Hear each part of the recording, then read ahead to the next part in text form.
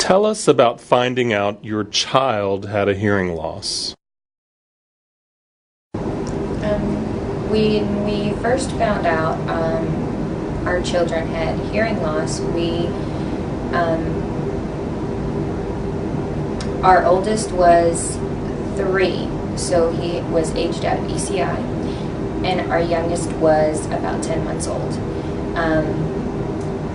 With our oldest, we kind of knew that he had a hearing loss when he was a baby because we'd give him commands and he would respond right away.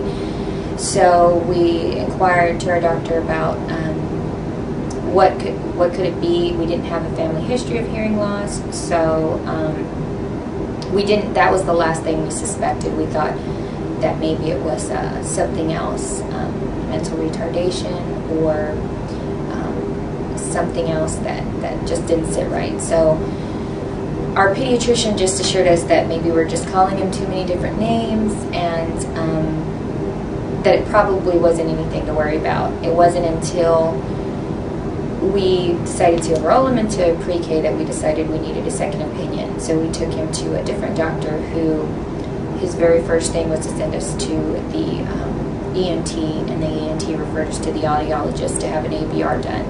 And it was then that we found out that our oldest son, Joe, was hard of hearing.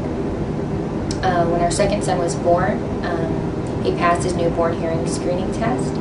I asked that it be run again, and it was run again and confirmed that he had passed his hearing screening test.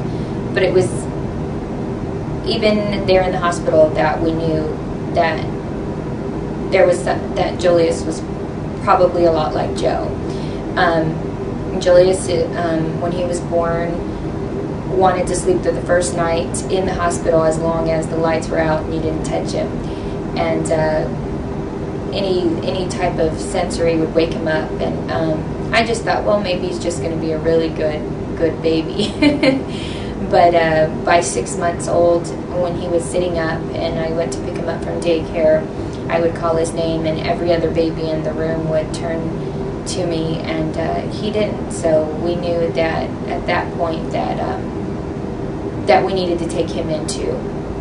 And the daycare provider kept saying how he slept a lot, and he was the only baby that wasn't wakened by the loud noise of the other babies. And I remember when I came in one time and I was flipping my keys behind his head, and he didn't move or startle, and I would say, Julius, Julius, right behind him, and he didn't turn around, and all these other babies were looking at me, and the moment that I was just enough in his peripheral vision, he would just turn to me and smile, and as if he didn't know I was there the whole time.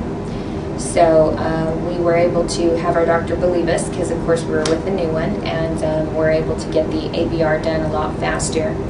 And he was about a year old by the time we got him his hearing aids. So that began our journey of having 2 children with hearing loss.